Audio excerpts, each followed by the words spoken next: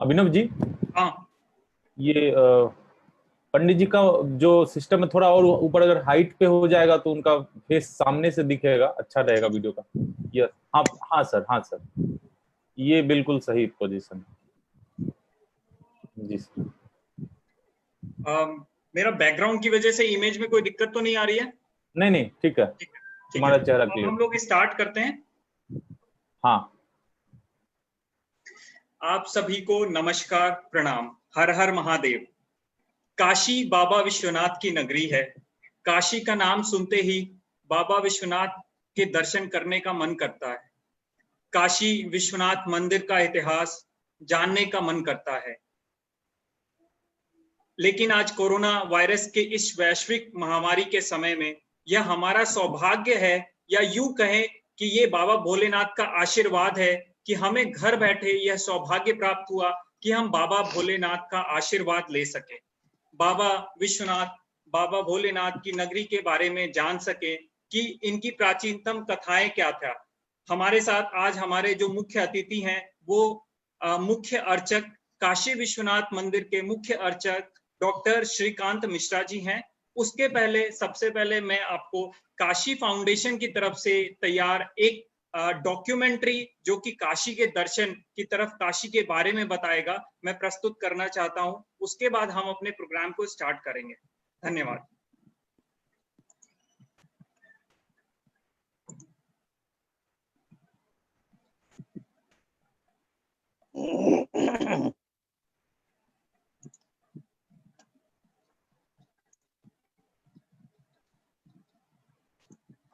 अरे पतले लोग निकल जाएंगे।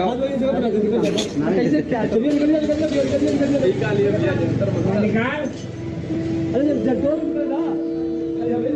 बनारस जितना अपने अल्हड़ मिजाज और तंग गलियों के लिए मशहूर है, उससे कहीं ज्यादा इसकी पहचान यहाँ के घाटों पर मौजूद इसकी असल रौनक से है। साल भर यहाँ दुनिया के अलग अलग कोने से लोग आते रहते हैं, कुछ जाते हैं और कुछ यहीं कहीं होकर रह जाते हैं। क्या करें, ये बनारस है। यहाँ जीवन और मृत्यु दोनों साथ साथ चलते हैं। कदम तो राखो काशी में, तर जाओगे काशी में। कदम तो राखो काशी में, तर जाओगे काशी में। प्रात गंग की लहर हिलोरत रवियावत काशी में। कण कण डोलत घंट मंत्र सुन शंकर अविनाशी में। कदम तो राखो काशी में, तर जाओगे काशी में। कदम तो राखो काशी में, तर जाओगे काशी में। भारत के उत्तर प्रदेश राज्य में मौजूद यह शहर दुनिया का सबसे प्राचीनतम शहर है। इसे वाराणसी, काशी, काशी अविनाशी और आनंद वन कानन जैसे नामों से जाना जाता है। गंगा मैया की गोद में बसे इस शहर के बारे में कहा जाता है कि भगवान शिव ने इसे अपने त्रिशूल पर बसाया है और इसी कारण इसे भगवान शिव की नगरी भी कहा जाता है। यहाँ का काशी विश्वनाथ मंदिर बनारस का सबसे प्रमुख मंदिर है, जिसके दर्शन के लिए दूर दूर से लोग आते हैं। यहाँ गंगा नदी के किनारे कुल 80 से भी ज्यादा घाट हैं। इनमें विश्व प्रसिद्ध और पौराणिक महत्व रखने वाला 80 घाट। यहाँ हर शाम होने वाली गंगा आरती अद्भुत होती है। जय जय भगीरथ नंदिनी मुंचय चकोर चंदन हर नाग विबुध बंदिनी जय जहनवालु कौ।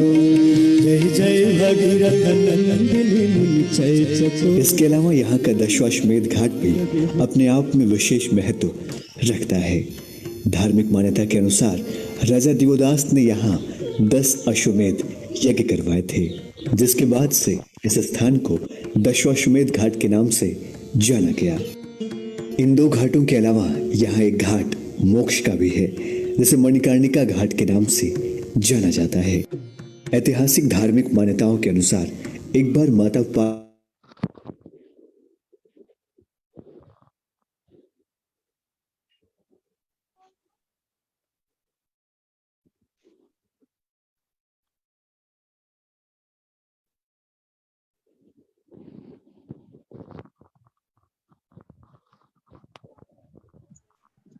इस वीडियो को पूरा देखने के लिए आप हमारे YouTube के लिंक पे भी जा सकते हैं। आज का हमारा समय प्रारंभ होने वाला है, 4 बज गए हैं।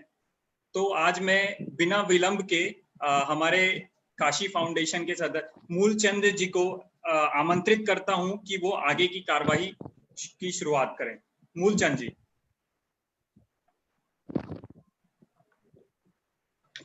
सभी बंधुओं को हर हर महादेव। काशी फाउंडेशन द्वारा इतना अद्भुत आयोजन किया जा रहा है और काशी फाउंडेशन के सदस्य के नाते से हम इस आयोजन से जुड़ पा रहे हैं और एक ऐसा माध्यम है जिसमें हमारे पूज्य आचार्य जी हमें आज संबोधन देने वाले हैं, उनका मैं स्वागत करता हूं। और साथ साथ में जितने बंधु हमारे इस वेबिनार के माध्यम से जुड़े हैं, चाहे वो फेसबुक, चाहे वो यूट्यूब हो या फिर अन्य माध्यमों से जो जुड़े हैं, जूम के माध्यम से जुड़े हैं, सबका मैं स्वागत करता हूं। ये कार्यक्रम आगे बढ़े उससे पहले मैं थोड़ी सी काशी फाउंडेशन के बारे में भूमिका रखना चाहता हूं। काशी फाउंडेशन जैसा नाम से ही ज्ञात है कि काशी को केंद्र में रख करके शुरू किया गया है और एक ऐसा, इसको युवा तौर पे भी कह सकते हैं, ये एक युवाओं के द्वारा खड़ा किया गया एक संगठन है जो हम यूथ लोग मिलकर के ही इसको आगे बढ़ाने का काम कर रहे हैं।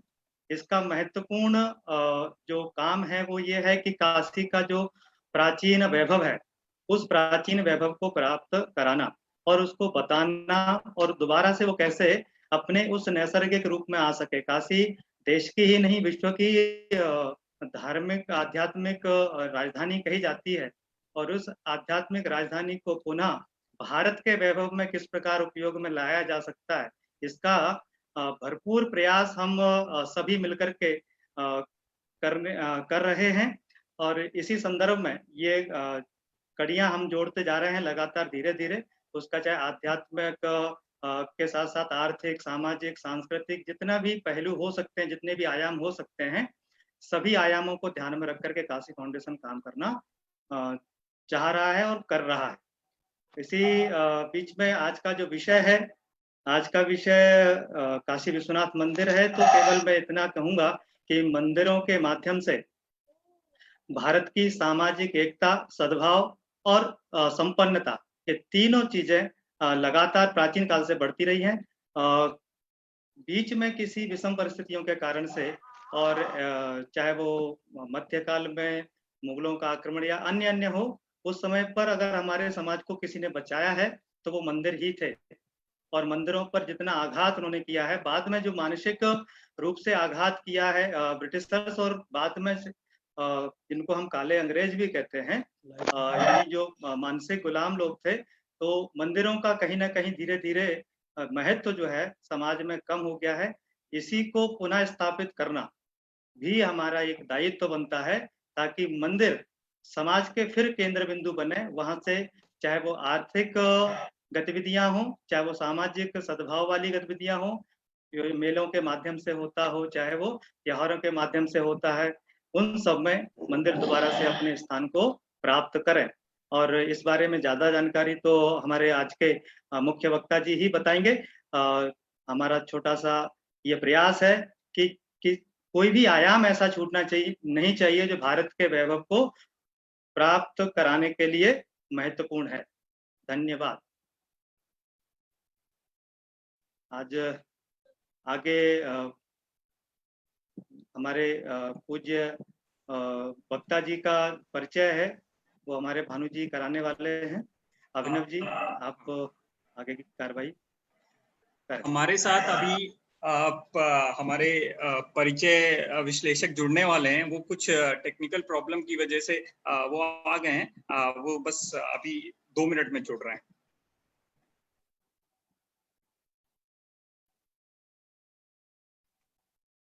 तब तक आप अगर अपनी वो वहां से कंटिन्यू कर सके उस काशी की मूवी को तो ज्यादा अच्छा रहेगा। अभिनव जी।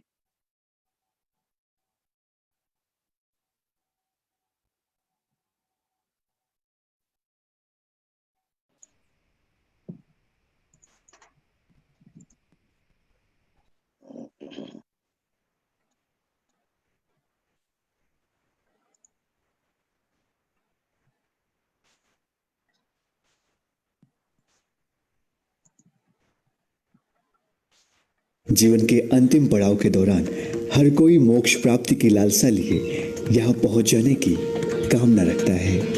इस घाट को महाशमशान घाट के नाम से भी जाना जाता है। ओम त्र्यंबकं यजामहे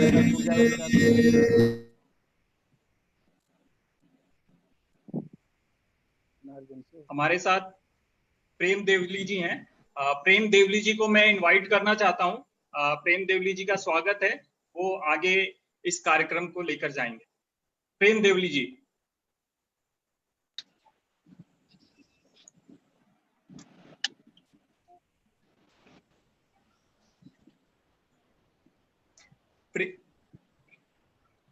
आपकी आवाज नहीं आ रही है। मेरी? हाँ हाँ, आ रही है। ठीक,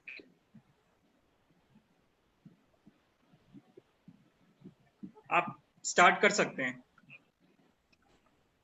सब लोग जुड़ गए हैं? हाँ हाँ ठीक है। सभी को प्रणाम करता हूं। भगवान काशी विश्वनाथ का ध्यान करते हुए आज के विषय को आपके सम्मुख रखने का प्रयत्न करता हूं।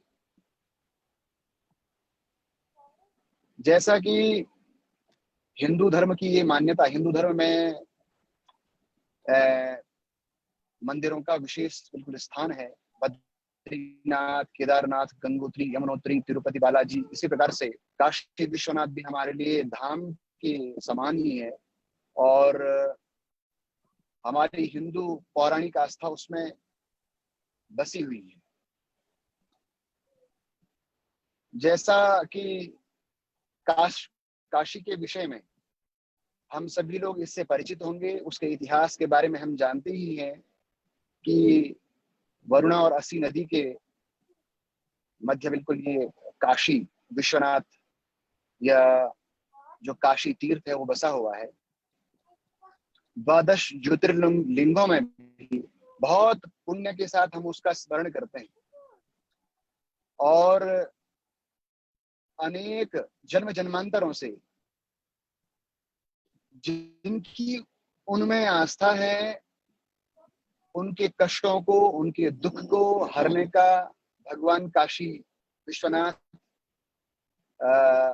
हम सब पर कृपा दृष्टि बनाते हैं। जो आज का विषय है काशी विश्वनाथ के इतिहास और उसका दर्शन, तो विशेष रूप से अभी क्या है कि जब मुख्य अर्चक आदरणीय मुख्य अर्चक जी हमारे साथ में अभी आएंगे तो उनसे हमको सुनने का सौभाग्य प्राप्त होगा। लेकिन फिर भी इतिहास के बारे में कुछ बातें मैं आपके सामने प्रस्तुत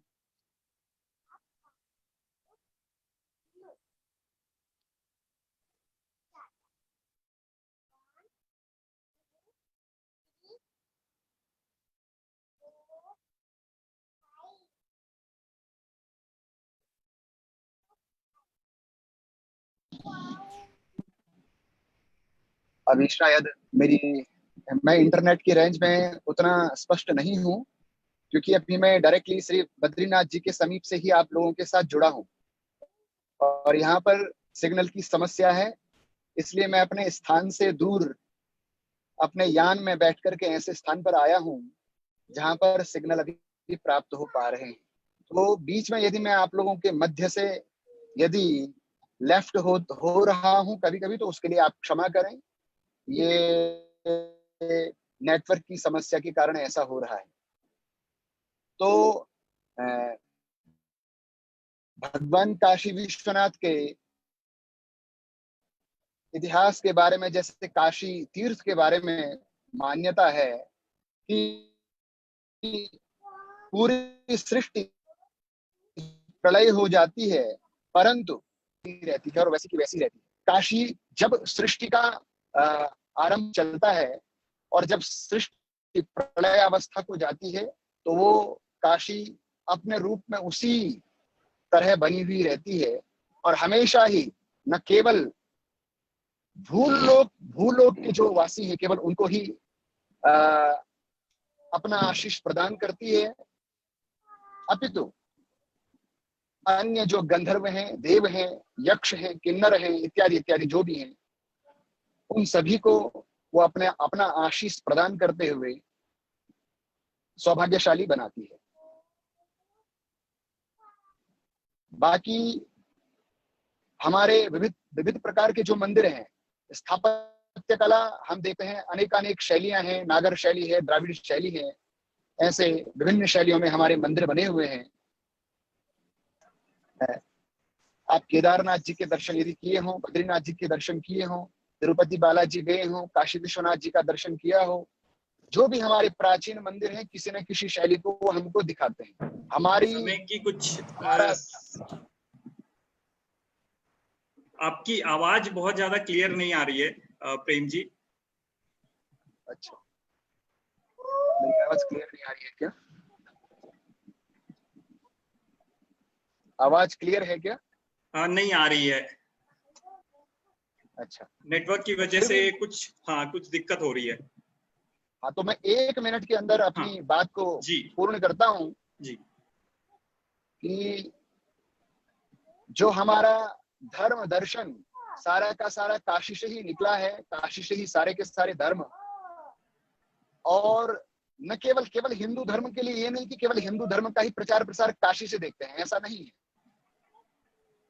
हिंदू धर्म से अन्य जो धर्म निकले हैं, काशी के समीप ही हम जब सारनाथ जाते हैं तो सारनाथ में हमको बौद्ध धर्म का हमको बहुत बिल्कुल वो तीर्थ रूप में बौद्ध लोग उसको मानते हैं। तो ऐसे ही जैन लोगों के भी तीर्थ उधर हैं। बाकी पतित पावनी माँ गंगा के तट पर रह करके मैं तो इस प्रकार का सोचता हूं कि हिंदू धर्म से ही जो सभी धर्म प्रादुर्भूत हुए हैं, जैसे बौद्ध हैं, जैन है, सिख है, इस प्रकार के जो हमारे हिंदू धर्म से जो निकले हैं, इन धर्मों का आस्था, इन धर्मों का केंद्र भी हम काशी को मान सकते हैं। और इसके पीछे बहुत बड़ा दर्शन है। अभी हम आदरणीय मुख्य अर्चक जी से इस विषय में सुनेंगे।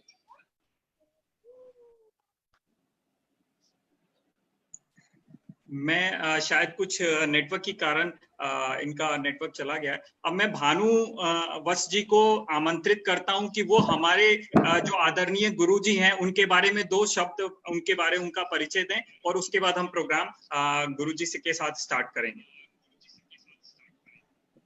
सब प्रणाम। और वह हमारे लिए सौभाग्य की बात है कि काशी विश्वनाथ मंदिर के मुख्य अर्चक श्री मिश्र जी आज हमारे साथ है। उनके सादर वचन के माध्यम से काशी विश्वनाथ मंदिर का भारत और भारतीय समाज पर जो प्रभाव पड़ा है वो हमें जानने को मिलेगा। मैं विलंब ना करते हुए पंडित से और काशी विश्वनाथ मंदिर के मुख्य अर्चक जी से निवेदन करूंगा कि वो अपना वक्तव्य शुरू करें और हमें ज्ञानवर्धित करें। आप अपना भाषण कृपया शुरू कर सकते हैं पंडित जी।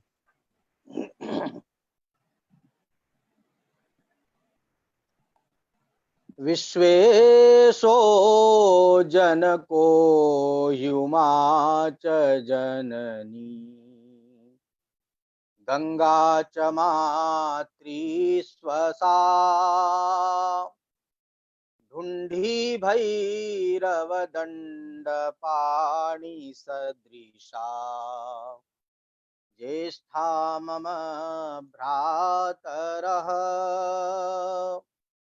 श्रीकाशी मणिकर्णिका च भगिनी भार्या ममेयं मति सत्कर्माणि सुता सदैव फलदा काश्यां कुटुम्बं मम यत्कण्ठे गरलं विराजति तराम शीर्षे च मन्दाकिनी उत्संगे च शिवामुखं कटितटे शार्दूलचर्माम्बरम् मायास्य रुणद्धि विश्वमखिलम् तस्मै नमः शंभवे जम्बूवत् जलबिन्दुवत् जलजवत् जम्बालवत् जालवत् तारानायक शेखराय जगदा धाराय धाराधरत् छायाधारक कंधराय गिरिजा संगैक श्रृंगारिणे नद्या शेखरिणे दृशातिलकिने नारायणे नास्त्रिणे नागै कंकणिने नगे नगृहिणे नाथाय नित्यं नतिः सानन्दमानन्दवने तम् आनन्दकन्दं हतपापवृन्दम् वाराणसीनाथमनाथनाथं श्रीविश्वनाथं शरणं प्रपद्ये गंगातरंगरमणीयजटाकलापं गौरी निरंतर विभूषित वामभागम् नारायण प्रियमनंगमदापहारं वाराणसी पुरपतिं भज विश्वनाथम। आनंद पूर्वक आनंद को प्रदान करने वाले, आनंद वन में निवास करने वाले, समस्त पाप राशि को समूल समाप्त करने वाले, वाराणसी के नाथ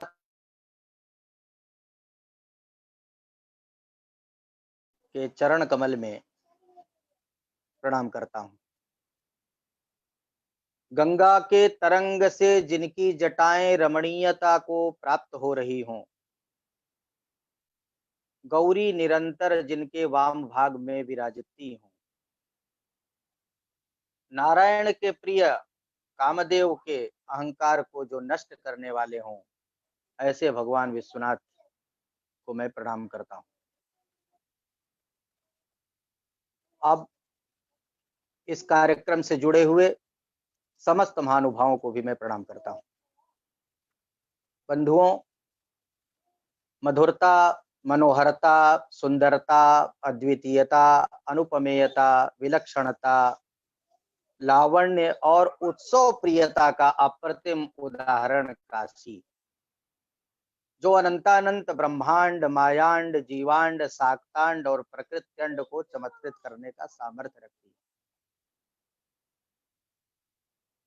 जिस प्रकार सूर्य अपने तेजः पुंज में विराजता है, सूर्य की रश्मियां चतुर्दिक प्रसृत होती हैं, उसी प्रकार से काशी के अधिपति भगवान विश्वनाथ भी अपनी अनंत शक्तियों की राशि में विराजते हैं और उनकी अनंतानंत शक्तियां चतुर्दिक प्रसृत होती हैं और वह मनुष्य के कर्तव्य और अकर्तव्य का विचार करती है।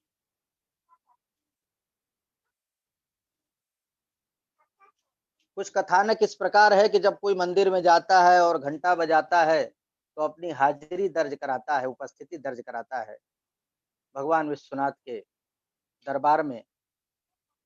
तो भगवान विश्वनाथ नंदी से पूछते हैं कि क्यों घंटा तुम बजाए हो? नंदी कहते हैं कि नहीं, घंटा तो वो आए थे, अभिनव जी आए थे, उन्होंने बजाया। अच्छा जाओ कह दो कल्याण। फिर पूछा तो बताया कि चंद्रभूषण जी ने बजाया। अच्छा जाओ कह दो कल्याण हो। ऐसे अनेकानेक लोग आते हैं बाबा के दरबार में, हजारों लोग आते हैं, और किस किस के उसका उत्तर दें वो। तो नंदी माता जी से शिकायत करते हैं कि इनको थोड़ा समझाइए, दिन भर इनकी सवारी करें और थोड़ा विश्राम का समय तो ये बार बार हमसे पूछते हैं कि घंटा कौन बजाया। तो माता कहती हैं कि आप अपने समाधि भाव में रहिए, मनुष्य के कर्तव्य और अकर्तव्य का विचार करने के लिए बैठी हूँ। और इसीलिए काशी में एक कहावत है कि बाबा बाबा सब कहे माई कहे न कोय, बाबा के दरबार में माई कहे सो होय। वैसे तो शिव शक्ति हृति ये कम तत्व माहुर मनीषिणः, शिव और शक्ति में लेस मात्र भी भेद नहीं है। तथापि व्यावहारिक दृष्टि से जैसे संसार में हम व्यवहार करते हैं, स्त्री का पृथक व्यवहार, पुरुष का पृथक व्यवहार, उसी प्रकार से भगवान विश्वनाथ को पृथक रूप में और भगवती को पृथक रूप में हम देखते हैं। वस्तुतः दोनों तत्व एक है। लीनम गमयति इत्यर्थम लिंग इत्यभिधीयते। जो अनंतानंत ब्रह्मांड को अपने अंदर विलीन करने का सामर्थ्य रखता है वह लिंग तत्व है, और जहां से ज्योति प्रसृत होती है वह ज्योतिर्लिंग होता है। वामांगे गिरिराज राज तनया जाया भवानी सती। अखिल विश्व में यह बात है कि भगवती बाएं विराजती हैं, लेकिन काशी के लिए एक विशिष्ट व्याख्यान किया गया और शैव शास्त्र ने यह निर्णय किया कि वाम का तात्पर्य सुंदर से घटित होता है, अर्थात भगवती यहाँ पर भगवान के दक्षिण भाग में बैठती हैं, और दक्षिण भाग में बैठने के कारण ही सृष्टि अवरुद्ध हो जाती है। जहां जहां भगवती बाएं बैठती है वहां पर सृष्टि होती है, और जहां पर दक्षिण भाग में बैठ जाती है वहां पर सृष्टि अवरुद्ध हो जाती है। और इसीलिए कहा जाता है कि काश्याम मरणान मुक्ति ही। तो इस मुक्ति के पीछे जो कारण है वो कारण यही है कि भगवती का दाहिने बैठ जाना, सृष्टि का अवरुद्ध हो जाना, जन्म जन्मांतर के बंधन से विनिर्मुक्त हो जाना। जीविते अन्नदातृत्व मृते मोक्षम ददाम्यहम। काशी ही एक ऐसा स्थान है जहां पर स्वयं देवाधिदेव महादेव भगवती से कहते हैं कि देवी एक प्रतिज्ञा आप करिए और एक प्रतिज्ञा मैं करता हूं कि जब तक इस धराधाम पर मनुष्य जीवित है आप उसका अन्नपूर्णा के रूप में उदर पोषण करेंगी, और जब उसका शरीर समाप्त हो जाएगा तो मैं उसको तारक मंत्र दे करके सद्गति, निर्वाण, मुक्ति या मोक्ष प्रदान कर दूंगा। असारे खलु संसारे सारमेतत् चतुष्टयम्, काश्याम वासः सताम संगः गंगाम्भ शिव पूजनम। असार संसार में चार तत्व ही सारभूत बतलाया गया है। काशी में वास करना, माँ गंगा का स्पर्श करना या दर्शन करना या स्नान करना, सताम संग सज्जनों की संगति करना, और भगवान विश्वनाथ की पूजा करना। और ये चारों तत्व अनायास व्यक्ति को प्राप्त हो जाता है, और इस चारों तत्व को अनायास प्राप्त कर लेने का कारण वह धर्म, अर्थ, काम, मोक्ष, पुरुषार्थ चतुष्टय की प्राप्ति सहज भाव से अनायास कर लेता है। काश्याम यो वै मृतश्चैव तस्य जन्म पुनर्नहि। अब अगर इतिहास दर्शन की बात करें तो अनेक बार काशी में भगवान विश्वनाथ के मंदिर पर प्रहार हुआ है आक्रांताओं के द्वारा, और सबसे पहले इनका जो स्थान था, काशी में एक स्थान है विश्वेश्वरगंज। विश्वेश्वरगंज में या वहां पर प्रत्यक्ष ज्योति प्रसृत होती हुई दृष्टिगोचर होती थी इसी कालखंड में, लेकिन धीरे धीरे कलिकाल के प्रभाव से या समय के प्रभाव से वह धीरे धीरे ज्योति जो है वो मंद होने लगी। वहां भी आक्रांताओं ने प्रहार किया। बाद में दूसरे स्थान पर मंदिर बना, वहां भी आक्रांताओं ने प्रहार किया।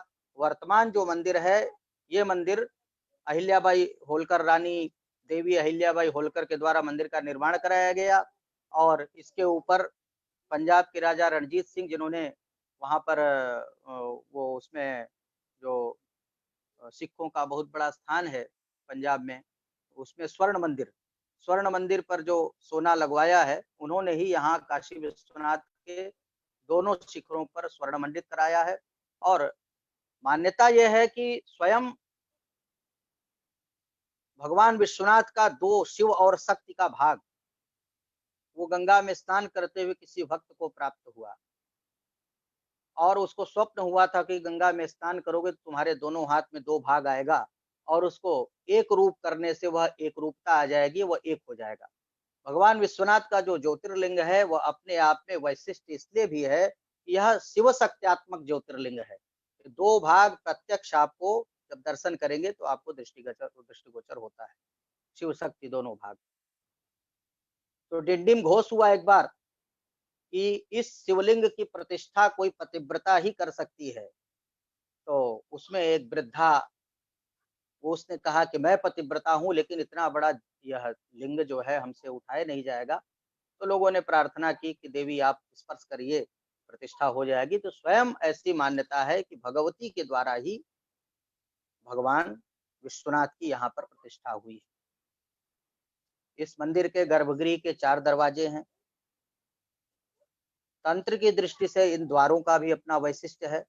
शांति द्वार, कला द्वार, प्रतिष्ठा द्वार और निवृत्ति द्वार। गर्भगृह के ऊपर वो श्री यंत्र से मंडित है। विश्वनाथ मंदिर का मुख्य द्वार जो है वो दक्षिण तरफ है। आज के समय में काफी परिवर्तन होता जा रहा है, लेकिन पहले जो पुरातन वो था, प्राचीन जो रास्ता था वो एक ही रास्ता था। ढूंढिराज का गणेश करके विश्वेशम माधवम ढूंढिम, और फिर माता अन्नपूर्णा से होते हुए भगवान विश्वनाथ के मंदिर में प्रवेश करते रहे। तो दक्षिण तरफ द्वार होने से दक्षिण से हम उत्तर की ओर प्रविष्ट होते हैं। तो भगवान का एक मुख जो है वो अघोर मुख है, जो दक्षिण की तरफ होता है। अघोर मुख के दर्शन करने मात्र से जन्म जन्मांतर, कल्प कल्पांतर, युग युगांतर के पाप ताप सद्य विनष्ट हो जाते हैं। पूर्वकृत पाप राशि को नष्ट करने के लिए हमको कोई उद्यम नहीं करना पड़ता है।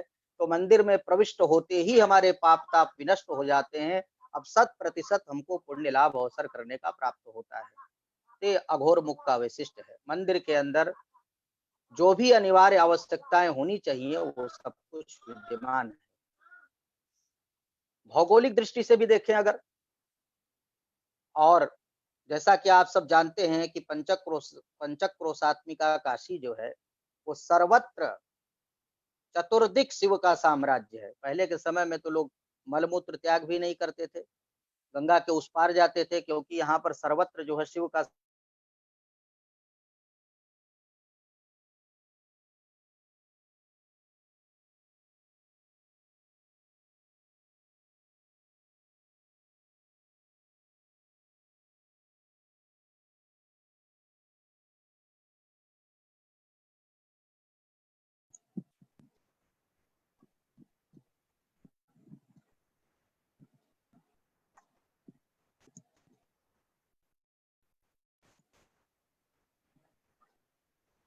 मूर्ति या लिंग की पूजा नहीं होती।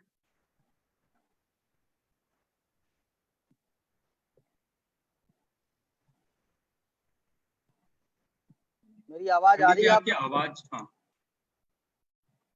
मेरी आवाज आ रही है? अब आ रही है। आवाज आपकी रुक गई थी, बीच में चली गई थी। अच्छा। तो मैं क्रम टूट गया। खैर, तो एक श्रीमद् भागवत के अनुसार जो भौतिक काशी है वो तो जल करके समाप्त हो गई, लेकिन जो अविमुक्त क्षेत्र है, एक बार क्या हुआ कि प्रयागराज में शास्त्रार्थ हुआ। शंकराचार्य थे, विद्वान थे, सब बैठे थे। उनके बीच में लोगों ने कहा कि भाई प्रयागराज जो है वो तीर्थों का राजा है। तीर्थराज प्रयाग तीर्थों का राजा है, माने तीर्थों में सर्वश्रेष्ठ। इसका मतलब अन्य जितने तीर्थ क्षेत्र हैं वो सब प्रजा कोटि के हो गए। तो वाराणसी के भी विद्वान वहां पर थे, उन्होंने तर्क दिया, वाराणसी निविशते नवसुंधरायाम तत्र स्थितिर मखभुजाम भुवने निवासा। वाराणसी तो पृथ्वी पर है ही नहीं है, तो न हम राजा कोटि में है न प्रजा कोटि में है। ये भगवान विश्वनाथ के त्रिशूल पर बसी हुई काशी त्रिकंटक विराजिते, जो अनंत संसार को चमत्कृत करने का सामर्थ्य रखती है, तो राजा प्रजा कोटि से पृथक है। वो अविमुक्त क्षेत्र है, वो प्रलय काल में भी नष्ट होने वाली नहीं। पौंड्रक था, उसने कृष्ण को ललकारा। वो आडम्बरी था, करुष देश का अधिपति था। उसने कहा कि मैं कृष्ण हूँ। स्वयं नीलांबर पीतांबर बांसुरी मोरपंखी लगा के स्वयं अपने को कृष्ण का अभिनय करने लगा और कृष्ण बनने लगा। भगवान कृष्ण मुस्कुराए, उन्होंने कहा अच्छा। उसने पौंड्रक ने कहा कि तुम ये हटाओ ये सब नीलांबर पीतांबर बांसुरी वासुरी, और नहीं तो हमसे युद्ध करो। मैं कृष्ण हूँ, तुम कृष्ण नहीं हो। भगवान कृष्ण मुस्कुराए, कहा अच्छा ठीक है, मैं युद्ध करूंगा। तो करुष देश में भगवान कृष्ण स्वयं आए युद्ध करने पौंड्रक से। और पौंड्रक चूंकि करुष देश का अधिपति था, पड़ोसी देश के राजा काशीराज थे। काशीराज ने 3 अक्षौहिणी सेना लेकर के उसकी मदद की, क्योंकि इनकी प्रतिबद्धता थी। राजा ये जानते थे कि मैं वहां हार जाऊंगा, परास्त हो जाऊंगा, मारा जाऊंगा। बावजूद इसके राजधर्म का पालन करते हुए पड़ोसी देश के राजा पौंड्रक को उन्होंने सहायता की, मदद की। तो 3 अक्षौहिणी सेना लेके गए। इनकी तीनों अक्षौहिणी सेना समाप्त हो गई। राजा का गर्दन यहाँ राजमहल में गिरा। राजकुमार ने फिर कृत्या को भेजा। कृत्या भी भगवान कृष्ण को मारने में समर्थ नहीं हुई, वापस आकर के पूरी काशी को जला करके भस्म कर दिया। तो भागवत के अनुसार जो भौतिक काशी है वो तो भस्म हो गई, समाप्त हो गई, लेकिन आध्यात्मिक काशी जो सदा सर्वदा सनातन रूप में अवस्थित है, विराजमान है, भगवान के त्रिशूल पर बसी हुई है, तो काशी को हम 2 रूप में देखते हैं। हाँ, तो अन्नपूर्णा यहाँ पर सबका उदर पोषण करती हैं, और भगवान विश्वनाथ यहाँ पर मरने के बाद उसको मुक्ति प्रदान करते हैं। और इसीलिए कहा जाता है, चना चबैना गंग जल जौ पुरवै करतार, काशी कबहू न छोड़िए विश्वनाथ दरबार। ये विश्वनाथ के दरबार का वैशिष्ट्य है, और इसको लोगों ने स्वयं परखा है, जांचा है। जांच परख के बाद यह सिद्ध हुआ है कि काशी क्षेत्र में कोई भी भूखा नहीं रहता है। अब भौगोलिक दृष्टि से भी अगर देखें इसको हम, तो एक तरफ गोदौलिया और दूसरे तरफ मैदागिन, और बीच का जो भाग है वही ज्ञानवापी पर, जहां भगवान विश्वनाथ विराजते हैं। तो जिस प्रकार त्रिशूल में 3 शूल के मध्य शूल जो होता है वो ऊंचा होता है, 2 शूल जो है वो नीचे होते हैं, उसी प्रकार से एक तरफ मैदागिन मंदाकिनी, दूसरे तरफ गोदौलिया गोदावरी, और बीच के मध्य शूल में ज्ञानवापी पर भगवान विश्वनाथ अपनी अनंत शक्ति सत्ता के साथ विराजते हैं। काश्याम यो मृतश्चैव तस्य जन्म पुनर्नहि, अर्थात काशी में मृत्यु प्राप्त करने वाले प्राणी को पुनः संसार में जन्म लेना नहीं पड़ता है, क्योंकि उसे मोक्ष की प्राप्ति हो जाती है। अब मोक्ष किस रूप में प्राप्त होती है? अब कोई जघन्य पापी हो और वो कहे कि हम मोक्ष मिल गया, तो मोक्ष एक समय अवधि के बाद भी उसको मिल सकता है। हो सकता है वो प्रेत हो जाए, फिर प्रेतत्व से मुक्त होकर के वो मोक्ष को प्राप्त कर ले। महाभारत के अनुशासन पर्व में युधिष्ठिर को समझाते हुए भगवान भीष्म पितामह कहते हैं, इदम कलियुगम घोरम संप्राप्तम पांडुनंदन गतिमन्या न पश्यामि मुक्ता वाराणसी पुरीम। अर्थात हे पांडुनंदन, अब घोर कलयुग आ गया है। कलयुग में वाराणसी छोड़कर कहीं भी मुक्त मिलना असंभव है। इसी तरह ब्रह्म वैवर्त पुराण के काशी रहस्य में भी कहा गया है, सर्वे वर्णा आश्रमाश्च बाल यौवन वार्धका अस्याम पुरियाम मृतश्चेत्सुर मुक्ता एवं संशय। अर्थात इस काशीपुरी में त्याग करने वाला चाहे किसी भी वर्णाश्रम का हो, बालक हो, युवा हो, वृद्ध हो, किसी भी अवस्था का हो, मुक्त हो जाता है, इसमें किसी प्रकार का भी संशय नहीं है। काशी के 2 नाम अत्यंत प्रचलित हैं, एक महाश्मशान और एक आनंदवन, जैसा मैंने आनंदवन के बारे में पहले वर्णन किया, और दूसरा है महाश्मशान। महाश्मशान केवल शवों के दाह संस्कार करने मात्र से नहीं, बल्कि अहंकार को विसर्जित करने के कारण जो है यह महाश्मशान है। यहाँ आकर जो रहता है, इसके फक्कड़पन में घुल मिल जाता है, वह धीरे धीरे अपने अहंकार को छोड़ देता है, निस्संगता आती है उसमें एक विराट सत्य को देखने की दृष्टि विकसित होने लगती है। ज्ञान की नगरी है काशी, आध्यात्मिक शक्तियों को जागृत करने की तपस्थली है काशी। यहाँ चैतन्य का प्रस्फुरण होता है। चैतन्य की अनंतता का आभास होते ही मृत्यु बहुत हल्की लगने लगती है, और जीवन के अंतिम क्षणों में उसी चैतन्य से साक्षात्कार होता है, तो मरना नहीं, बल्कि वह मोक्ष बन जाता है। काशी का दूसरा नाम है आनंदवन, जैसा कि मैंने प्रथम आरंभ में ही कहा, सानंदम आनंद वने वसंतम। इस आनंद वन में रहते हुए आनंद को प्रदान करने वाले आनंद के परम धाम भगवान विश्वनाथ, उनके चरण कमल में प्रार्थना निवेदित करता हूँ। तो आनंद वन का नाम होने से केवल सुख का प्रतीक नहीं है, बल्कि यह सुख दुख से परे निर्लिप्तता का आनंद है। इसलिए महाश्मशान के साथ साथ यह उत्सवों की नगरी है। 7 वार में 9 त्योहार की मान्यता रखती है काशी। कंचन को भी धूल चटाने का सामर्थ्य रखती है काशी, माथे पर भस्म लगा करके। तो उत्सव प्रियता का अप्रतिम उदाहरण है काशी।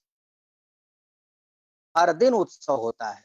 वैसे भी नागो भाति मदेन कम जलरुहै पूर्णेन्दुना शर्वरी शीलेन प्रमदा जवेन तुर्गो नित्योत्सवैर मंदिरम। तो मंदिर तो नित्य उत्सव का स्थान होता है। यहाँ तो घर घर में मंदिर है। ये तो सर्वत्र शिव का साम्राज्य है। भगवान कैलाश से चल करके अपनी बसाई हुई नगरी में आते हैं, जब श्रावण मास में यहाँ पर विराजते हैं पराम्बा के साथ, और मुक्त हस्त से भक्तजनों को सब कुछ प्रदान कर देते हैं। तो यहाँ काशी उत्सव प्रिय है। उत्सव काशी का स्वभाव है। सामान्य दुख सुख सब छोटे पड़ जाते हैं यहाँ पर।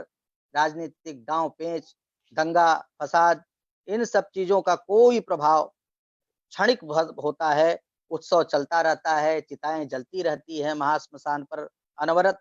ऐसी पकड़ स्वभाव वाली काशी, उत्सव प्रिया काशी भगवान शिव की नगरी है। भगवान विश्वनाथ के त्रिशूल पर स्थित मानी जाती है। यानी तीनों प्रकार के दैहिक दैविक भौतिक त्रिविध तापों से परे, इन त्रिविध तापों से दूर होना, यानी देश काल के बंधन से दूर होना। इसीलिए गंगा भी आकृष्ट होकर के यहाँ पर थोड़ी मुड़ सी जाती हैं, काशी को अपने अंक में धारण करती हुई सी। भगवान विश्वनाथ को जो प्रिय हो वो भला गंगा को क्यों न प्रिय हो। इसीलिए तो इठलाती हुई विश्वनाथ के चरणों में लौटती रहती है गंगा। गुणा पूजा स्थानम गुण सुनच लिंगम नचवया। तो हर देवता की अपनी पहचान होती है, हर व्यक्ति की भी अपनी पहचान होती है। यदि गंगा को शंकर से पृथक कर दिया जाए तो शंकर को कैसे पहचानेंगे हम? जो उनकी गुणवत्ता है, जो उनकी पहचान है, जिसको अपने माथे पर चढ़ा के रखा है प्रेम की अतिशयता के कारण, भगवान विश्वनाथ ने। भगवान स्वामी रामकृष्ण परमहंस को मणिमयी और स्वर्णमयी काशी का दर्शन हुआ था, और जब वो काशी को दर्शन को आए थे, इन्हीं गंगा की लहरों ने महाश्मशान का वह पावन दृश्य उनकी आंखों के सम्मुख ला खड़ा किया था, जहां भगवान भूतनाथ जीव को अपने अंक में लेकर के तारक मंत्र दे रहे थे, मोक्ष प्रदान कर रहे थे, और मां अन्नपूर्णा के आंचल की स्नेहिल हवा उसमें अनंत सत्ता की चिरंतन धारा से जुड़ने का प्राण संचार कर रही थी। काशी से बाहर का कोई वाम विचारक अपनी वैज्ञानिक या मनोवैज्ञानिक दृष्टि से खंडन मंडन भले रामकृष्ण की इस आत्मानुभूति का करे, लेकिन काशी का साक्षात करने वाला व्यक्ति इससे मुग्ध होता है, रोमांचित होता है, आनंदित होता है, द्रवित होता है। आस्था की एक और कोपल धीरे से उसके मन में पल्लवित हो जाती है।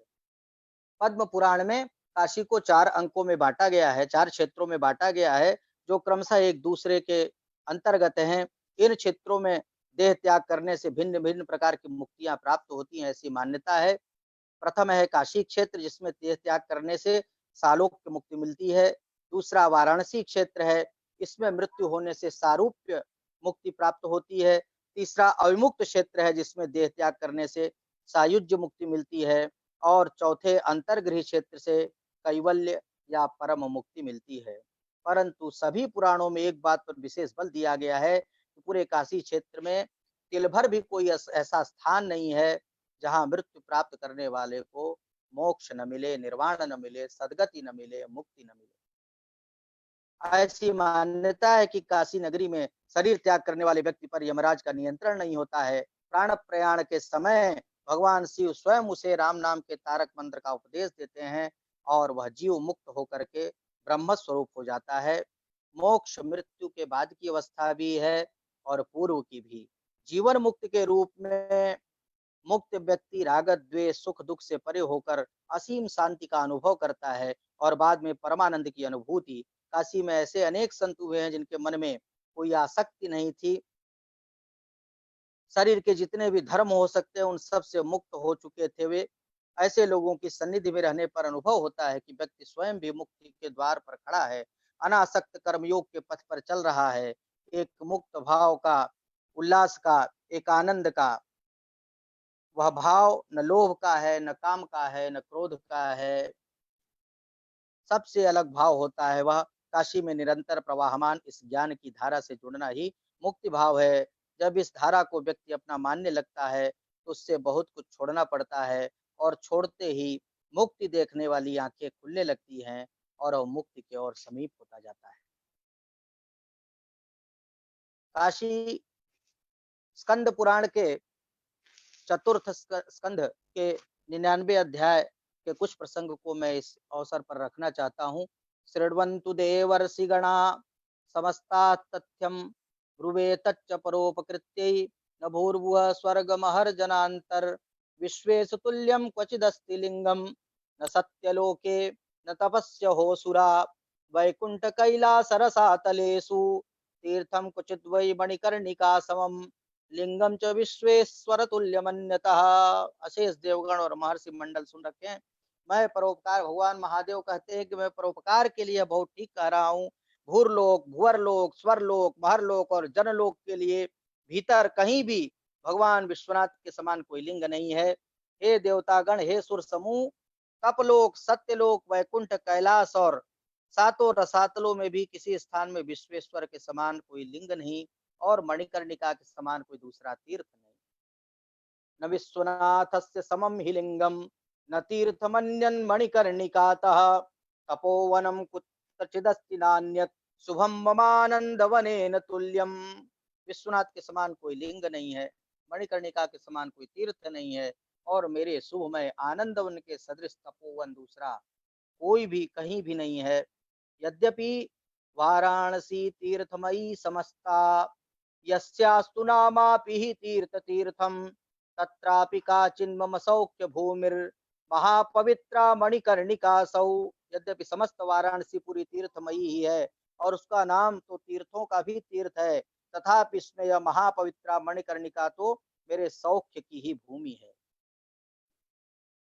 स्थानादमुस्मान मनराज सौधाट प्राच्याम मनागीस समाश्रितायाम सभ्ये च कराक्रमेण शतत्रयी चापि शतद्वयी च। मेरे इस राजप्रसाद के कुछ ईशान कोण पर अर्थात पूर्व और उत्तर दिशा के बीच वाम भाग में 300 हाथ और दक्षिण भाग में 200 हाथ एवं उत्तर और पश्चिम के मध्य में 500 हाथ गंगा के भीतर तक मणिकर्णिका की सीमा है। यह भूमि त्रैलोक के भर में सारस्वरूपा एवं परमात्मा का आधार स्थान है, अतएव इनके सेवक लोग मेरे हृदय में सुख से निवास करते हैं। हस्ताशतम पंचसूरापगाया मुदिच्य वाच्योर्मणिकर्णिकेयम् सारस्त्रिलोक्या परकोश भूमिर यैसेविता ते मम इच्छया हि अस्मिन् ममानंदवने यदेतलिंगम सुधा अस्मिन् ममानंदवने यदेतलिंगम सुधा नाम सुधाम धाम आसप्तपाला पातालतला स्वयंभू समुत्थितम भक्त कृपावशेन। मेरे इस आनंद वन में यह जो सुधा धाम मदीय लिंग है, यह समस्त स्थानों का परम धाम है और यह भक्तों पर कृपावश होकर सातों पातालों को भेद कर स्वमेव समुत्थित हुआ है। यस्मिंजना कृत्रिम भाव बुद्ध्या लिंगम भजिष्यन्ति च हेतुवादै तेषामि दंड परेशैव नगर भवासाद विरमन्ति ते ध्रुवम। जो इस लोग इस लिंग को कृत्रिम बुद्धि से माने कहे कि बनाया गया है, लिंग बनाया गया है अथवा हेतुवादों से यह स्थापित किया गया होगा भजेंगे, उन लोगों के लिए यही दंड निरूपित है कि उनको गर्भवास से कभी भी मुक्ति नहीं मिल सकती है। वह हमेशा गर्भवास के कष्ट को प्राप्त करते रहेंगे। यद्यद्धितं स्वरूपस्य सदैव तत्तत् लिंगे त्रिदेयं मम भक्तिमद्भिः इहाप्यमूत्राभिनतस्य संशयो यतेह पापस्य कृतस्य पापिभिः। मेरे भक्त लोगों को उचित है कि सदैव इस लिंग के लिए अपने प्रिय पदार्थों को समर्पण करें, क्योंकि यहाँ के किए हुए पापों की तरह उन वस्तुओं का कभी इस लोक और परलोक में भी नाश नहीं होने पाता है।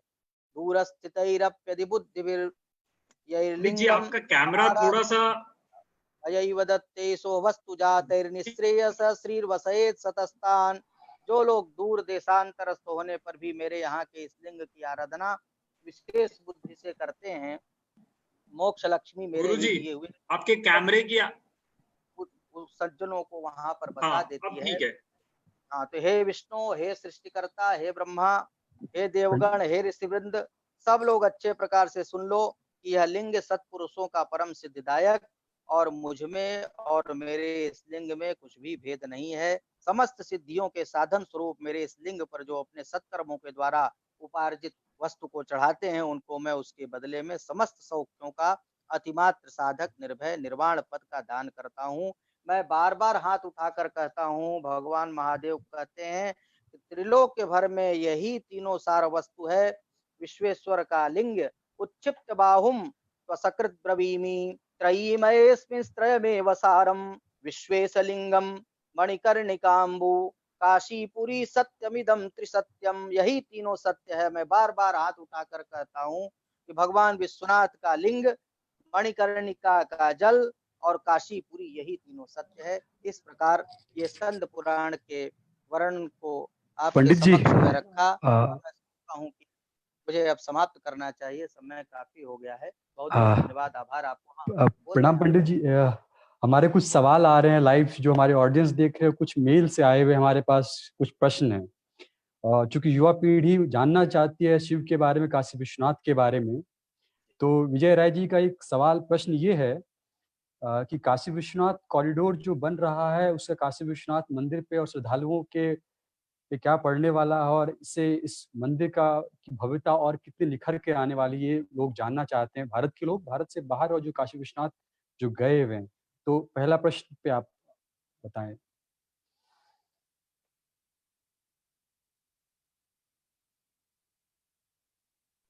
अनम्यूट करिए पंडित जी को।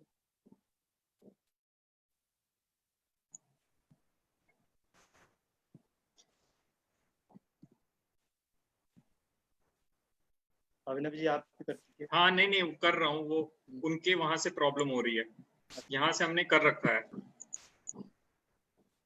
पंडित जी आपका वीडियो म्यूट है, ऑडियो। अब ठीक है। हाँ अब आ गया। हाँ, तो ये एक महत्वपूर्ण योजना जो हमारे माननीय प्रधानमंत्री श्री नरेंद्र मोदी जी की ये बहुत ही महत्वाकांक्षी एक प्रोजेक्ट है, और काशी जो कॉरिडोर का काम चल रहा है, ये बहुत ही सुंदर होने वाला है। देश काल परिस्थिति के अनुसार परिवर्तन हर जगह अपेक्षित होता है। आज भीड़ भाड़ इतनी बढ़ गई है, लोग जनसंख्या बढ़ गई है, लोगों का आना जाना बढ़ गया है, दर्शनार्थियों की संख्या लगातार बढ़ती ही चली जा रही है। बंद गली में ये मंदिर अति प्राचीन मंदिर है, आप सब जानते हैं इसके वैशिष्ट को, इसके महात्म्य को। तो आज की यह मांग है कि इसका विस्तार हो, इसका सुंदरीकरण हो। अन्य स्थानों पर भी बहुत से मंदिरों का विस्तारीकरण हुआ है, सुंदरीकरण हुआ है। तो आने वाले समय में ये जो कॉरिडोर का निर्माण हो रहा है, ये बहुत ही सुंदर, बहुत ही आकर्षक, बहुत मनोहारी दृश्य होने वाला है। अब भगवान विश्वनाथ के पास जाने पर कहीं भी गलियों की संकीर्णता नहीं रहेगी, गंदगी नहीं रहेगी, स्वच्छ रहेगा, सुंदर रहेगा और भव्य रूप बनेगा। पंडित जी दूसरा सवाल युवाओं का है, विशेषकर बहुत सारे मेल हमारे पास आए हुए हैं कि भगवान शिव को बेसिकली लोग, कुछ युवा पीढ़ी के लोगों नशे से जोड़ के, और बहुत सारे पोस्टर जो बाजार में आते हैं, उन्होंने उनको नशे से जोड़ दिया है। और ये दुर्भाग्य की बात भी है कि शिव का जो चित्रण इस बाजार में हो रहा है, इस पे आप अगर मार्गदर्शन करें और आप अपना पता लगे तो बहुत सुंदर हो, क्योंकि बहुत सारे युवाओं का सवाल ये है। न न सम कल्याणम ययासा। नशा शब्द की व्याख्या यह है कि न सम कल्याण, सम माने कल्याण, जिससे अकल्याण हो, जिससे कल्याण न हो, उसका अर्थ वह है नशा। तो हम ऐसा कोई भी क्यों उपयोग करें, उपभोग करें जिससे कि हमारा अकल्याण हो जाए। तो जहां तक भगवान शिव से जोड़ने की बात है, वो नीलकंठ हैं, वो तो जहर पीने का सामर्थ्य रखते हैं संसार के कल्याण के लिए। क्या कोई जहर पीने का सामर्थ्य रख सकता है? तो अपने स्वार्थ में व्यक्ति भगवान को भी उपयोग में ले लेता है। कोई अपने चरित्र को लेकर के भगवान कृष्ण को जोड़ लेता है, कोई नशा को लेकर के भगवान शिव को जोड़ लेता है। तो उन्होंने तो संसार के कल्याण के लिए वो विष का पान करके नीलकंठ बन गए, और वह सारे संसार को कल्याण किया। तो ये गलत है जोड़ना, ऐसा नहीं है। भगवान शिव तो कर्पूर गौरम करुणावतारम, कर्पूर के समान गौर वर्ण वाले वो करुणा के अवतार हैं। संसार सारम भुजगेंद्र हारम, वो संसार के सार और सर्पों की माला धारण करने वाले। सदा वसंतम हृदय अरविंदे, वो सदा हमारे हृदय पटल पर विराजमान हो। भवम भवानी सहितम नमामि, ऐसे भगवान शंकर के सहित भवानी के सहित भगवान शंकर को हम प्रणाम करते हैं। जी। पंडित जी, एक और सवाल है संदीप जी का कि आज के समय में जब युवा लोग और बेसिकली बहुत सारी युवा पीढ़ी और मंदिरों से दूर होते जा रहे हैं या धर्म के काम से अपने आप को समय के अभाव में या बाजार के आने से उनकी जो दिनचर्या है उसमें मंदिरों का अभाव बहुत कम वो जाते हैं। तो आपके लिए मंदिरों का क्यों युवाओं को जाना चाहिए और मंदिरों से लगाव होना और मंदिरों के दर्शन क्यों आवश्यक है और युवा पीढ़ी को उस परंपरा को क्यों निभाते रहना चाहिए? देखिए, अर्चकस्य तपोयोगः अर्चनस्याति साइनः। पीठों का, प्रधान पीठों का, विशिष्ट धामों का अपना-अपना वैशिष्ट होता है, महत्व होता है। वैसे तो कण-कण में शंकर हैं, काशी का हर कंकर शंकर। तो काशी क्यों? पूरे विश्व को, पूरे ब्रह्मांड को तो विश्व के नाथ हैं। वो हर जगह विराजमान है, हरि व्यापक सर्वत्र समाना। लेकिन पीठों का अपना महत्व होता है, जहाँ पर कि उसी उद्देश्य को लेकर के उनकी प्रतिष्ठा हुई हो और नित्य निरंतर अनवरत अबाध गति से जहाँ पर पूजन अर्चन होता हो। अर्चकस्य तपो योगः अर्चनस्याति साइनः। जहाँ पर अर्चन की मात्रा ज्यादा हो, हजारों लाखों लोग जहाँ पर आकर के अर्चन पूजन करते हो, जलार्पण करते हो, पुष्प बिल्व पत्र चढ़ाते हो, तो ऐसा स्थान जो है अपने आप में एक बहुत महत्वपूर्ण और मुख्य वहाँ पर वहाँ की जो ऊर्जा है, वहाँ के जो शक्तियाँ हैं वो चतुर्दिक प्रसृत होती हैं, वो हमको हमारे अंदर प्रविष्ट होती हैं और हम उसको पा लेते हैं। तो ऐसे स्थानों पर जाने से ठीक है, आपके पास समय नहीं, आप जहाँ हैं वहीं से ध्यान करें, लेकिन जितना गुड़ डालेंगे उतना मीठा होगा वाली बात है। आप दूर से भी प्रणाम करिए, प्रणम्य प्रणत पंडित जी, आपका आवाज फिर से म्यूट हो गया, आपका ऑडियो। तो हाँ, तो उन मंदिर जो है ना वो भगवान के प्रमुख स्थान होते हैं, प्रमुख धाम होते हैं। ऐसे स्थान पर जाने से हमको वो ज़्यादा मात्रा में ऊर्जा हम संग्रहित कर सकते हैं। पंडित जी, एक और सवाल योगेश जी का भी है कि भगवान शिव क्षणे तुष्टा क्षणे रुष्टा की बात होती है कि भगवान शिव तुरंत बहुत क्रोधित भी हो जाते हैं और तुरंत सरल भी हो जाते हैं। नहीं, वो और तो करुणा के सागर हैं, क्रोधित कहाँ होते हैं। वो तो करुणा के अवतार हैं, वो सतत समाधि भाव में विराजते हैं।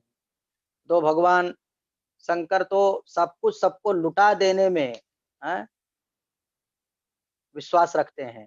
कहा गया ना कि कवन गुण बाय शिव गईले लोभाय। आशुतोष तुम अवढर दानी, वो अवढर दानी हैं, वो कहाँ रुष्ट होते हैं। हाँ, ये जब सृष्टि को जब समाप्त करना होता है, संहार करना होता है, तब नृत्यावसाने नटराज राजो ननाद ढक्काम नवपंचवारम उद्धर्तु कामान सनकादि सिद्धे एतद् विमर्शे शिवसूत्र जालम। तो पूरी मिठाई शिव मन ही न भावे, पूरी मिठाई शिव मन ही न भावे। अरे भांग धतूरा में कवन गुण बाय शिव गईले लोभाय। बेल के पतैया में कवन गुण बाय शिव गईले लोभाय। हाथी और घोड़ा शिव मन ही न भावे। बुढ़वा बैलवा में कवन गुण बाय शिव गईले लोभाय। महल अटारी शिव मन ही न भावे। टूटही मड़ैया में कवन गुण बाय शिव गईले लोभाय। बेल के पतैया में कवन गुण बाय। तो बेल पत्र चढ़ा दीजिए, जल चढ़ा दीजिए। जल धारा प्रियो शिवा, अलंकार प्रियो विष्णु, नमस्कार प्रियो सूर्य, ब्राह्मणा मधुर प्रिया, अलंकार प्रियो विष्णु, जल धारा प्रियो शिवा। कहाँ भगवान शंकर रुष्ट होते हैं, उनको तो जल की धारा चढ़ा दीजिए थोड़ा सा, बस वो प्रसन्न हो जाते हैं और सब कुछ प्रदान कर देते हैं। बेल पत्र चढ़ा दीजिए। त्रिदलम त्रिगुणाकारम त्रिनेत्रं च त्रयायुधम, तीन दल का समूह, सत्वरज तीन गुणों का प्रतीक, त्रिनेत्र का सूर्य चंद्र अग्नि का प्रतीक, और संहारम, बस उससे 3 जन्मों के पापों का समूल संहार हो जाता है। ऐसे भगवान आशुतोष हैं जो सब कुछ प्रदान करने में, तो वो उनके दरबार में तो जो कोई जाता है तो वो तो कुछ पाके ही आता है। रही बात नष्ट करने की, पंडित जी, एक सवाल हमारे रोहित हाँ बोलिए। पंडित, एक सवाल रोहित शर्मा जी का था और कि क्या घाट का महत्व क्या है और गंगा के घाट का आरती या गंगा के घाट का पूजन का महत्व क्या है। और दूसरा एक और सवाल था अभिनव जी का कि काल भैरव का दर्शन काशी विश्वनाथ मंदिर के बाद आवश्यक है और उसका महत्व क्या है। तो पहला प्रश्न जो है वो यह है रोहित जी का कि आरती काशी के गंगा घाटों की आरती और गंगा घाटों का। तो देखिए घाट तो अपने अपने समय पर वो बनाए पहले राजा महाराजाओं के स्टेट के लोग यहाँ पर घाटों का निर्माण करवाया, फिर धीरे धीरे वो घाट बढ़ते चले गए। तो घाटों का अपना अपना इस प्रकार से महत्व है। रही बात गंगा आरती की, तो आरती जो है वो ये है कि आसमंतात रति ही, आरती का मतलब ये होता है कि हम उसमें व्याप्त हो जाएं और वो हम में व्याप्त हो जाए और हम में उसमें लेश मात्र भी भेद न रह जाए, तदा काराकारित चित्त वृत्ति बन जाए। हम उसको अपने में आत्मसात कर लें और हम अपने को उसके में विलीन कर दें, यही है आरती। और इसीलिए तो कहा जाता है कि सारे किसी कृष्ण जी की आरती करिए, दुर्गा जी की आरती करिए, हनुमान जी की आरती करिए, राम जी की आरती करिए, कर्पूर की आरती करते समय हम यही बोलेंगे कि कर्पूर गौरम करुणावतारम। तो ये भगवान शिव की स्तुति है, अर्थात देवाधिदेव महादेव जो है वो सर्वत्र विद्यमान है। शिव सत्यात्मकम जगत, ये सारा जगत जो है वो शिव सत्यात्मक है। अब दूसरा प्रश्न जो है वो अभिनव जी का ये है कि काल भैरव का दर्शन बाद में करने। काल भैरव का दर्शन बाद में नहीं किया जाता है, सबसे पहले उनका दर्शन किया जाता है, उसके बाद विश्वनाथ जी का दर्शन किया जाता है। क्योंकि तीक्ष्णदंष्ट महाकाय कल्पांत धनोपमा भैरवाय नमस्तुभ्यम अनुज्ञाम दातुमर्हसि। ये काशी के कोतवाल बोले जाते हैं। पंचक्रोशात्मिका काशी जो है उसके कोतवाल हैं, रक्षक हैं, प्रतिपालक हैं, दंडपाणी है वो। तो उनसे पहले अनुमति लेनी पड़ती है, उनसे अनुमति लेकर के ही उनकी सीमा के अंदर हम प्रवेश करने के अधिकारी होते हैं। तो सर्वप्रथम काल भैरव को प्रणाम करके उसके बाद ही विश्वनाथ जी के पास हम जाने के अधिकारी होते हैं। जी। पंडित जी एक और सवाल था कि कोरोना के कारण काशी विश्वनाथ मंदिर का जो दर्शन करना चाहते हैं जो भक्तगण, तो क्या कैसे हो पाएगा। और दूसरा एक और साथ में जुड़ा हुआ सवाल था कि अब चूंकि कोरोना के कारण सोशल डिस्टेंसिंग की बात होनी शुरू हो गई है, तो क्या भक्तों के लिए कब उम्मीद करें कि काशी विश्वनाथ के साक्षात दर्शन उनको हो पाएगा। और क्या मंदिर किस तरह की तैयारी कर रही है इस कोरोना के बाद इस तरह की परिस्थितियों से निपटने के लिए ताकि दर्शन नहीं नहीं लोग नहीं, कर पाए। वो एक तो दर्शन यदि करना है तो दर्शन तो टाटा स्काई से जितने समय मंदिर खुला है अनवरत जो है वो दर्शन होता रहता है। टाटा स्काई के माध्यम से ऑनलाइन दर्शन सुलभ है। और उसके अतिरिक्त हमारे मंदिर के पेज से और हमारे मुख्य कार्यपालक अधिकारी के पेज से भी नित्य की आरतियों का जो है वो प्रसारण होता है, फोटो के माध्यम से, वीडियो के माध्यम से। और दूसरा अब ये कोरोना संक्रमण के कारण जो ये परिस्थिति आई हुई है और निश्चित रूप से मंदिर ये ऐसे स्थान होते हैं जहाँ पर कि बहुत ज़्यादा लोगों की भीड़ जुट जाती है। लोग एक एक एक दूसरे से के पास समीप होकर के आरती वगैरह का दर्शन करना चाहते हैं। स्वाभाविक है कि उसमें डिस्टेंसिंग हो नहीं पाएगा, दूरी बन नहीं पाएगी। और गर्भगृह एक ऐसा स्थान है जहाँ पर कि बहुत संकीर्ण स्थान है, वहाँ पे स्वाभाविक है कि लोगों का झुंड होगा। तो ऐसी परिस्थिति में जब आज ये संक्रमण के दौर से न केवल भारतवर्ष अपितु समस्त विश्व जूझ रहा है, संक्रमण का दौर है, यह चक्रमण करना मना है, मरण को मत दो निमंत्रण, भ्रमण भी करना मना है। तो ऐसी परिस्थिति में यथाशीघ्र हम लोग इस कोशिश में हैं कि मंदिर को थोड़ा खोला जाए दर्शनार्थियों के लिए। लेकिन ये इस लॉकडाउन के बाद संभव है कि दर्शन प्रारंभ हो, लेकिन सोशल डिस्टेंसिंग के साथ, कम संख्या के साथ। एक प्रश्न मिथिलेश पांडे जी का भी था कि भगवान शिव बहुत युवाओं के बीच में ये पूरे भारत और भारत से बाहर बहुत स्वीकार्यता है। तो उनका भारत के सांस्कृतिक और भौगोलिक एकता में आप शिव को कैसे देखते हैं। भारत की जो सांस्कृतिक एकता की बात होती है, भारतीय राष्ट्र की जो सांस्कृतिक एकता की बात होती है, उसमें आपका शिव की भूमिका को भूमिका को कैसे आप देखते हैं। देखिए शिव एक तो जाति, लिंग, इन सब चीजों से, धर्म, इन सब चीजों के बंधन से वो विनिर्मुक्त है। मतलब उनका एक तो भगवान शंकर की कोई पूछे कि कौन सी जाति के थे, तो वो तो किसी जाति के थे ही नहीं, देवाधिदेव महादेव। तो एक प्रमुख कारण ये भी है। दूसरा ये कि वो उनके पास दिखाने को कुछ नहीं है, लेकिन देने को बहुत कुछ है। तो औघड़ दानी जैसा लोग कहते हैं, आशुतोष तुम औघड़ दानी। और नृत्यावसाने नटराज राजो नराद, एक तो संगीत प्रियो शिव, रुद्राक्ष प्रियो शिव, जलधारा प्रियो शिव, स्फटिक प्रियो शिव। तो वो कारण यह है उसका कि इनको प्रसन्न करने के लिए कोई बहुत आभूषण की आवश्यकता नहीं है, बहुत पदार्थ की आवश्यकता नहीं है, बहुत से धन की आवश्यकता नहीं है। उनको तो जो ये बेलपत्र है चढ़ा दीजिए, जल चढ़ा दीजिए, माने 1 पैसा लगना नहीं है। वो बड़े प्रसन्न हो जाते हैं और भूत प्रेतों की मंडली उनके साथ रहती है, जैसा कि लोग कहते हैं। लेकिन वास्तव में महादेव की ये विलक्षणता है कि वो किसी धर्म के बंधन में, किसी जाति के बंधन में बंधे नहीं है। वो सबके देवता हैं। जो भी हमारे यहाँ तो पहले मुसलमान भी आते थे, और कलकत्ता वगैरह से पहले मुसलमान भी आते थे। तो अब किसी के चेहरे पर तो हिंदू मुसलमान लिखा नहीं है। तो जब यहाँ पर 83 से पहले जब ये मंदिर प्राइवेट था, तब वो महंत परिवार के विद्वान महंत जो थे, उनसे उन्होंने आग्रह किया कि मैं मुसलमान हूँ और मेरी आस्था है भगवान विश्वनाथ में, मैं उनको दूध चढ़ाना चाहता हूँ।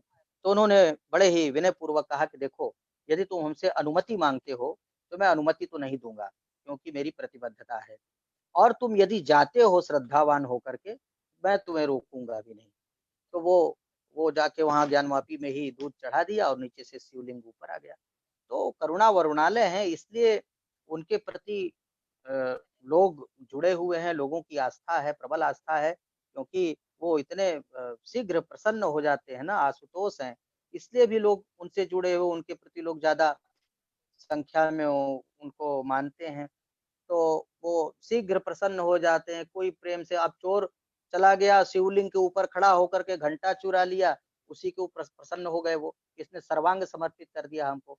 तो पिंगला वेश्या थी, उसने जाकर के कह दिया कि भगवान, हम तो जो है सदा पुरुष वर्ग अपने ओठों पर रखा हमको, तो जाओ तुम ये हो जाओ, सुरती हो जाओ, यो क्या क्या बातें समाज में बहुत सी कथा कथानक ऐसे भी चलते हैं, किंवदंतियां भी चलती हैं। तो वैसे देवादिदेव महादेव हैं। एक कथानक सुना करके मैं अपनी बात समाप्त करूंगा कि नारद जी एक बार आए भगवती पराम्बा पार्वती के पास, और उन्होंने कहा कि देवी, प्रणाम किया, और उन्होंने कहा हाँ नारद कहो कैसे आना हुआ। अरे देवी, मैं अभी जा रहा था आकाश मार्ग से, भगवान विष्णु के साथ भगवती लक्ष्मी क्या लकालक एकदम चमक धमक के साथ सोना चांदी हीरा मोती माणिक्य पोखराज और तमाम ऐसे वस्तुओं को धारण करते हुए तप तप कर रही थी। आपके पास सुदेवी एक भी कुछ भी नहीं है।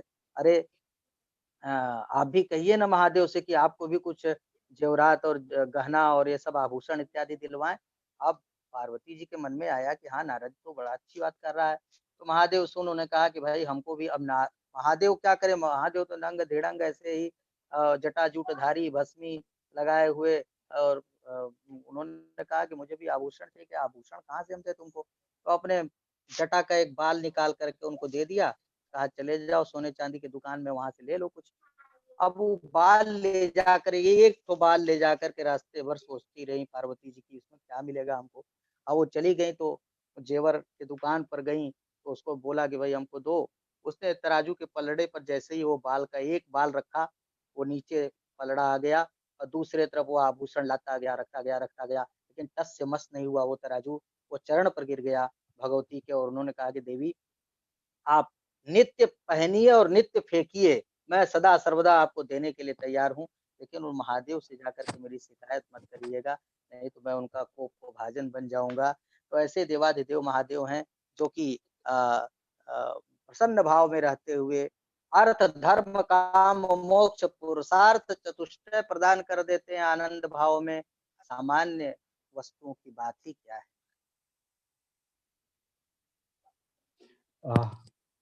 प्रेम भाई, आपको का कोई प्रश्न हो तो आप पूछ सकते हैं, अगर आपकी आवाज सही से आ रही हो तो पंडित जी से।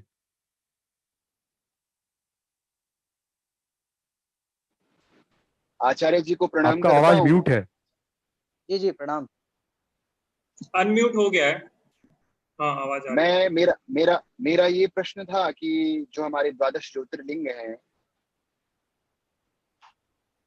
उन्हीं में थोड़ा काशी को किस रूप में, मतलब काशी की किस रूप में प्रतिष्ठा है, उस पर थोड़ा विचार अपना प्रस्तुत करें।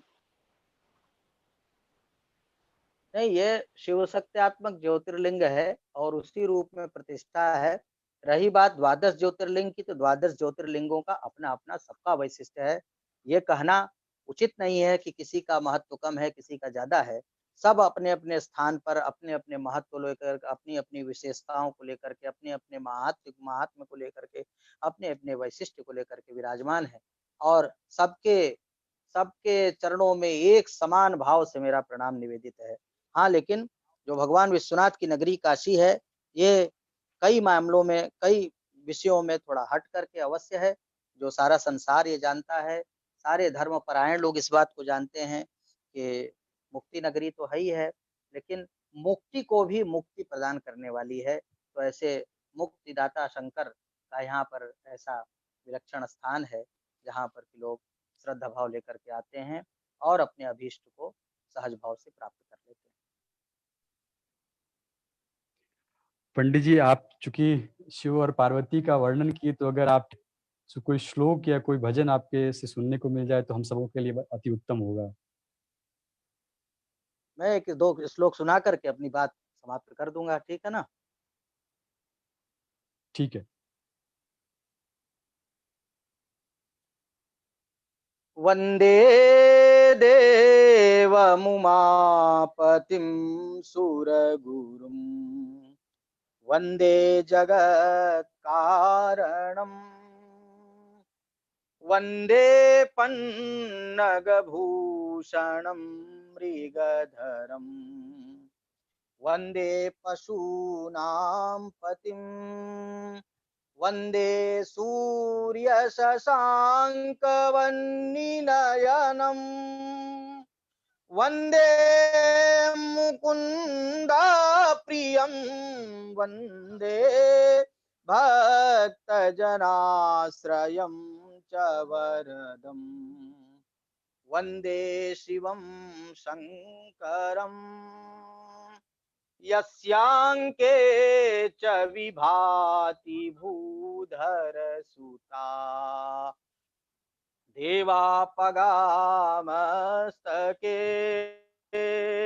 भाले बालविधुर्गले च गरलम् यस्योरसि ब्यालराट् सोऽयं भूति विभूषणः सुरवरा सर्वाधिपा सर्वदा सर्वगतः शिवः शशिनिभः श्रीशंकरः पातु माम् मुखे ते ताम्बूलम् नयनयुगले कज्जलकला ललाटे काश्मीरम् विलसति गले मौक्तिकलता स्फुरत्काञ्ची शाटी पृथुकटितटे हाटकमयी नमामि त्वां गौरीं नगपति किशोरीमविरतम् असितगिरिसमं स्यात् कज्जलं सिन्धुपात्रे सुरतरुवरशाखा लेखनी पत्रमुर्वी लिखति यदि गृहीत्वा शारदा सर्वकालं तदपि तव गुणानामीशपायाति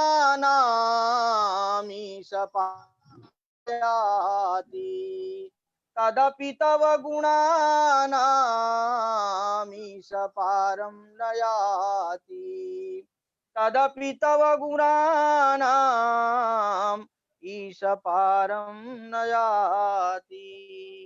जय विश्वनाथ। पंडित जी, काशी विश्वनाथ मंदिर के चरणों में प्रणाम अर्पण करने के लिए मैं आयुष जी से निवेदन करता हूँ कि वो धन्यवाद ज्ञापन करे, बस 1 मिनट के लिए। आयुष जी। धन्यवाद भानु जी। आज का यह सत्र कई मायने में बहुत ही ऐतिहासिक है। जैसा कि आज ही भगवान श्री राम के मंदिर का निर्माण शुरू हुआ है, उस शुभ अवसर वाले दिन पर, पुनर्निर्माण वाले दिन पर, हमें काशी विश्वनाथ मंदिर के मुख्य अर्चक जी के मुख वचनों के द्वारा इतनी सुंदर व्याख्या और काशी का महात्म्य सुनने को मिला। उसके लिए मैं काशी फाउंडेशन की तरफ से आपका हृदय से आभार व्यक्त करता हूं। काशी को, जैसा कि पंडित जी ने बताया, ये इस धरती का भगवान शिव के त्रिशूल पर जो केंद्र बिंदु है, उसी तरह काशी का केंद्र बिंदु ये काशी विश्वनाथ मंदिर है। आप वहाँ के मुख्य पुजारी हैं, तो जाहिर सी बात है आपकी जिम्मेवारी केवल भगवान विश्वनाथ के ही प्रति नहीं, अपितु संपूर्ण भारत और विश्व में अपनी धर्म पताका, भारत की जो सांस्कृतिक और जो मौलिक विश्वास है, जिसके द्वारा हम भारत की जीवन व्यवस्था को सुचारू रूप से जो सभी प्राणियों का कल्याण करे, ऐसा सोचने का जो क्षमता रखता है, इसको हम निर्वाह कर पाएं, ऐसी हमारी आशा है। हम इसी उद्देश्य को लेकर अपने इस फाउंडेशन के थ्रू काम कर रहे हैं। आपका मैं दिल से आभारी हूं, जो आपने हमारे लिए अपना बेशकीमती समय निकाला और हमारे दर्शकों के लिए, जो भी इस कार्यक्रम को देख रहे हैं, उनके बीच भगवान काशी और भगवान विश्वनाथ के महात्म्य को, गंगा जी के महात्म्य को आपने इतने सुरुचिपूर्ण ढंग से रखा। मैं प्रेम देवली जी का भी आभार व्यक्त करता हूँ। मैं मूलचंद्र जी का भी आभार व्यक्त करता हूँ कि वो आए और हमारे इस कार्यक्रम की उन्होंने बहुत ही सुंदर ढंग से उन्होंने संचालन किया। भानु जी का भी मैं धन्यवाद व्यक्त करता हूँ। धन्यवाद सभी का। नमस्ते भानु जी। हर महादेव।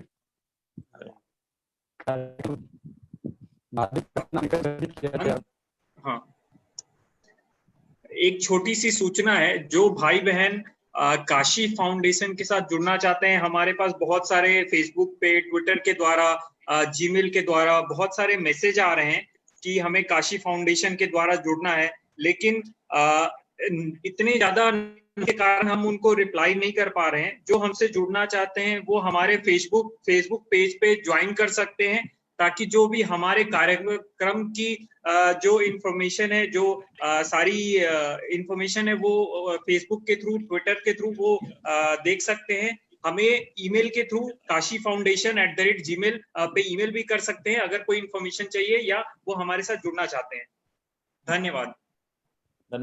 हर महादेव। नमस्कार पंडित। हर हर महादेव। हर हर महादेव।